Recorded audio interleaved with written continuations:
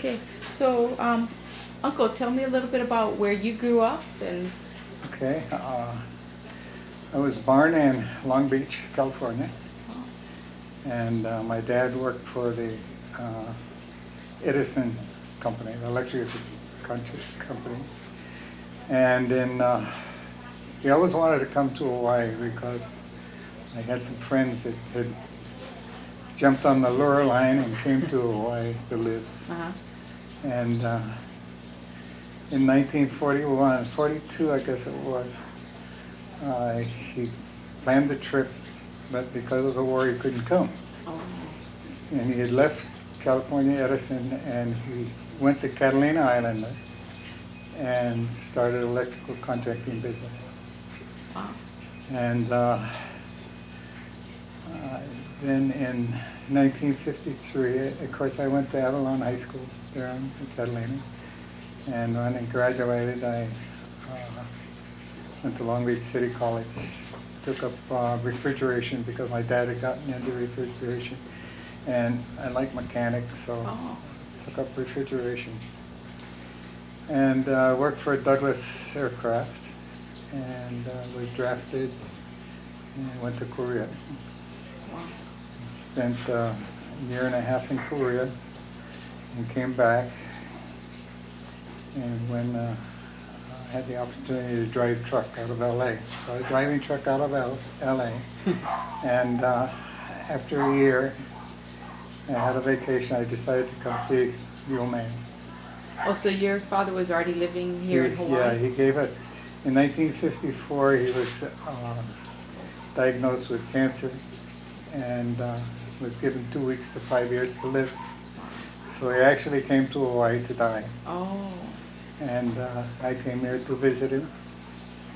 And I ended up getting 1 week of the vacation because he happened to be doing the electric controls for the Brunswick pin setters, the bowling alley Oh. pin setters. Mm-hmm. And he asked if I would help, and I said, yeah, sure, I'd be happy to help him.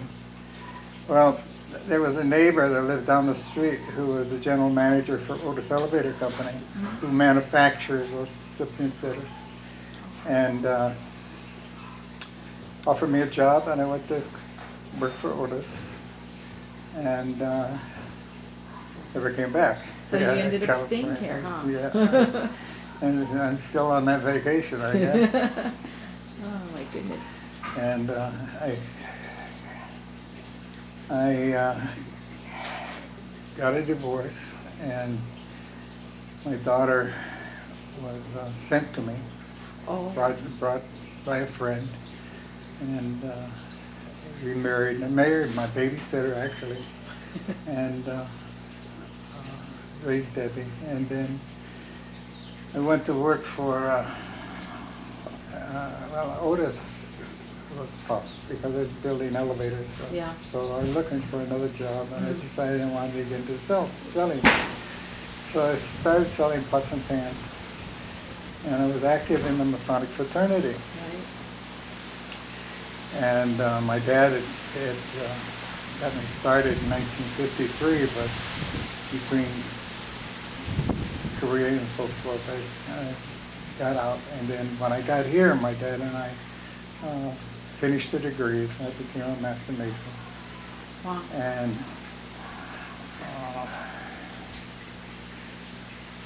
so that was how I got into the fraternity. And of course, I've been very active in Yeah, the so you've been Masonic doing it. fraternity. I've got as high as you can go, and what they call a past Grandmaster. Grandmaster. Yeah, I was also the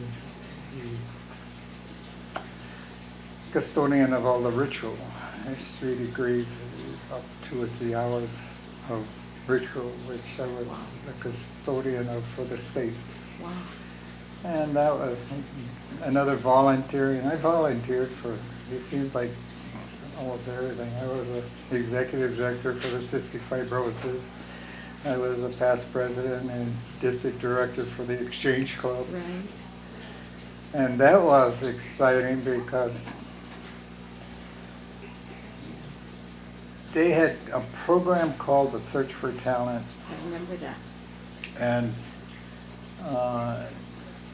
they gave it they were giving it up because of apathy more than anything else. And I said, no way. I said, you know, if you're not going to do it, I'll do it. I said, it's kind of stupid because I had been drinking at that time. Oh. Okay, in fact, all the time I was in Hawaii, I started drinking pretty bad. Drinking like 3 times a week, starting at 11:30 and not quitting until the last place, drinking Beefeater rocks. I mean, it was pretty bad. So I grabbed it and ran with it and didn't realize how big of an effort it was because I had to put up the house for collateral. I had to take the kids to the mainland to compete after we competed here and so forth. So it was a pretty big function. Yeah. But it was quite a challenge, and there was a lot of gratification out of it. Then, just before that, it was interesting. Yes, how I met Grace. It's kind of a funny story because there was a woman that I was a friend with, and I helped her start an employment agency. And we became good friends. And she had a client that had moved to the mainland, but he was coming for a couple of weeks and wondered if I would fix him up with a date. I said, sure, Millie would be perfect for you. And Millie said that she would on one condition, that I would go too. And I said, fix me up then, because I don't want to go with a stranger. On your part, doesn't matter. For my part, it doesn't matter, but on your part, you'd be comfortable. So he said, yeah, I have a friend that would probably like to go, and that was Grace. Oh, so Grace was a blind date. Wow. And it was interesting in that she was living on the Moku Street, and there was wild grass, California grass behind her house. And she had put gasoline down to burn the grass. And apparently she did something else. She came back, put some more gas on it, lit it, and burnt herself pretty good. And it just happened to be before the date. Oh. She was very conspicuous about it, and to me it didn't bother me in the least. And I guess I was compassionate or something because we got close. And of course I was still drinking at the time, and one thing led to another. And it was funny how we married in that I had an apartment on Ala Boulevard, right across the street from my office. So I would go to work, come home for lunch, go for a swim, go back to work and so forth. And then drinking in all the bars down around that area. I had a Corvette and a Thunderbird, and I had a sailboat in the Alawai, belonged to Hawaii Yacht Club. So I had it going pretty good for me. And then along comes Grace, and I was going with a couple of girls at the time. It was getting to be a zoo, is what it was getting to be. And how she came down with 2 kids and got me, I still haven't figured that one out. But anyway, I fell in love, and over a period of time, I really think that she saved my life. Because she had been married twice before, I had been married twice before, and it just hit it off well. I'm a strong believer that things happen for a reason. If they're not to be, I don't care how you beat it against your head against the wall, it's not going to happen. Right. But if it is supposed to happen, it'll knock you down. Well, one night I came home late, and I stopped off at Jack in the Box. And apparently the cops were looking because they pulled me over for a DUI. Oh. And it was kind of rough, and then I got busted up pretty bad. Got it gone. And he took me to the slammer and locked me up, and I then asked if I could use the bathroom and get cleaned up some, and they let me. Well, needless to say, I came out of the bathroom. Nobody's paying any attention to me, so I just walked out of the police department. And it's a two-story building, and I walked down the stairs, walked past a cop that was working out, and needless to say, I disappeared from the face of the earth. You know. But when I went to court, I had all the confidence in the court system. Not so much in the police department, but I did in the court system. And the way this works is that they get you with a probation officer, Okay. and they find out who you are. The probation officer finds out who you are, and you happen to be a young girl, and she communicates with the judge. So the judge, when it comes to trial, he has some idea of who he's. Well, when I was charged, I had to be in L.A. and I had to go to San Diego. I had 8 kids, I think. Wow, I didn't know that. doing the competition. Oh. And I had to go to Dallas. Oh. And my attorney said, I got to be in court on Monday. And I said, I can't be in court on Monday. And he said, well, if you plead to the escape charges, then it's a felon. I said, well, okay, what does it mean to be a felon? Because I don't know. And he explained it all to me. I said, okay, I said, look, he said, I cannot be there. I said, I'll go ahead and plead guilty to the felony charges when I get back. I did. And needless to say, after all this finding out who I was and so forth, I ended up with a suspended sentence. Wow. And the sentences were for a period of time. And the judge says if I have found out that I had been drinking again, I would be sentenced to the max, which was like 5 years in prison, 5,000 penalty and so forth. So I quit. Wow. That's when I quit drinking. And between mom and that situation, that actually saved my life, because I was drinking Beefeater Rocks 3 times a week, and I would be dead by now. You know, there's no question about it. So anyway, we raised the boys. I became grandmaster of the fraternity, and of course, we've been taking care of the house and raising the kids, and just a super relationship, I believe. Yeah.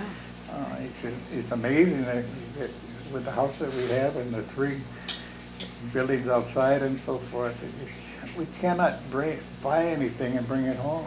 You don't have any room. It's only the 2 of us. You know, and I wonder how the hell we do that. But anyway, we've got a good life, I feel. Yeah. It's interesting, and like I said, I've been volunteering most of my life, and now Grace is being honored as a volunteer for the HSDA. Oh. And that is going to happen on the next week, Oh, I didn't know that. Saturday, a week and a half from now. Wow. And it's interesting that I'm having a hard time getting there because I'm volunteering for the Sony, you know, and I'm going to have to leave. But Yeah. it's going to work out. It's going to Good. work out fine Good. that I'm going to be able to do that. Yeah. Good. But, that's what we do. I know the 2 of you both spend so much of your time giving to other people and doing. Yeah. Basically, she's That's very awesome. active in that, you know, in Boy Golf Association. You know, I'm very active in the Sonic fraternity. Well, I'm not anymore, but 50 years I've been a Mason. Wow. It's quite a while, and it's been my life. But, yeah, that's what we do, is we volunteer. And of course, you know, the family wants has their parties and so forth, and Yes. wants to have them here. And fortunately, when we built the house, we pushed everything forward, so we Yes. had the backyard. And it's so nice, yeah, that you folks do that every year because it's big enough to accommodate Yeah, everyone. yeah, And because it's a lot of work. and Greece likes to have the family down and so Yeah. forth, so it works out well. Yeah, and we love it. Yeah, well, I'm glad. I mean, We I'm really glad because appreciate it's it. here. Yeah. But strange things happen, like that window over there by Uh-huh. the turtle. That happened to be picked up at a garage sale. I said, boy, that's great because I'll make a counter on this side and I'll have a bar to serve both sides, and it'll be super for entertainment. So, well, needless to say, everybody quit drinking. Yeah, that just ends up a window. But that's good. Yeah, yeah. Ah, Our wow. boys are doing well. They're doing very We well. don't have to worry about them anymore. It's amazing to see how, Jesus, they're in the 40s already. I know. Yeah, Now you got the seems like grandkids. yesterday they were going to school. Yeah. That goes by fast. And like I say, they're both doing well. I'm really proud of them. Good. Now they worry a little bit about Cass, but He turned out to be. 45, he finally saw the light, I guess, or he ran into a situation like I did, where ran into the right girl. Yes. And Yeah. that was interesting too, how we married, because, like I say, at that time I was flying pretty low. You know, Uh-huh. I was pretty low, and it happened to be one of my friends' wedding, and Grace and I went, and it was a small wedding, and the bride presented the flowers to Grace, Oh. and presented me the garter. So needless to say, that was a pretty hot subject. And we went down to Waikiki to see one of my friends at the Outrigger, who played music there. And we had a few cocktails and so forth. I remember the subject came up about me married, and that we'd be married within a month. Really? And of course, the next morning, Don, you remember what you said last night? I said, yeah, we were married within a month at Kauai Church. Wow. But you were married at Kauai Church. Mhm. Wow. How did you folks manage that? Because that's a very private church. Don't ask me, Oh. because I don't know. Oh. Things have happened to me Uh-huh. that are amazing, because if you look in the room in there next to the washing machine, you'll see the Constitution made by the Royal Order of Kamehameha, of which I am a member of now. Really? Now, that may not mean too much to local people, but it does to me, because island people don't think like mainland people. Mm-hmm. They're completely different. They're protective of each other, Mhm. and much more so than Amelia and Howie. Mm-hmm. And being island raised, it means that I'm accepted. You know, As a Kama'aina. yeah, and it means a lot. It means an awful lot to me. Mm-hmm. But anyway, yeah, I just happened to be at the right place at the right time, and the right situation presented itself. And like I say, if it's supposed to be, I'll knock you down. And apparently that's what it's supposed to be. But now, Mom and I are just about in our 80s. 80 in a couple of months. Oh, so you guys are the same age then? Yeah, Yeah. she's my mother figure. She was born in March, and I was born in May. Oh. So she's two months older than I am. And Good. yeah, you guys. I mean, it's amazing how everything has worked out. Yeah. Yeah, Yeah. yeah, So. it is. You know, if you were to, because you know it's nice. The kids are all doing well. Your grandkids are growing up now and all. If there's something you want to say that you know, either things you've noticed that have changed over time, Yeah. something you'd like to say to. Yeah, Yeah. because going through the mill like I have, all I've been involved in is alcohol. Okay. Extensively, it's true. But the problem now is that there's so much out there that the kids can get into without even knowing about it, even trying. Yeah. And the only thing I can do is really talk to the kids because it's the parents. Things can happen to the kids without the parents even knowing about it. And by the time the parents find out, it's too late. Yeah. And I believe that the parents should take more responsibility to the kids. You can see the Okihiro family, and they've done that, and the kids are all, all doing well. But then when you look at some of the kids that are growing up without that supervision, it's tough. Yeah. It's tough, and they have no way to turn. They really don't have any way to turn. So the only thing that I can recommend is for the kids. Kids have got to take on their own responsibility of staying clean. Because, it's too easy. How I got started in playing, how I got heavy in alcohol was because the bartender and I used to play cribbage. You couldn't wait until 11:30 in the morning to go play cribbage,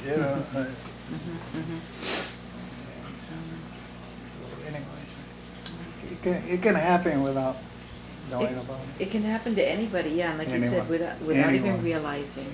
Anyone. And there's so much of it now with the crack and Yeah. the pot and all the things that are there. And of course the venereal diseases and so forth. It's unbelievable. Yeah, it really is unbelievable.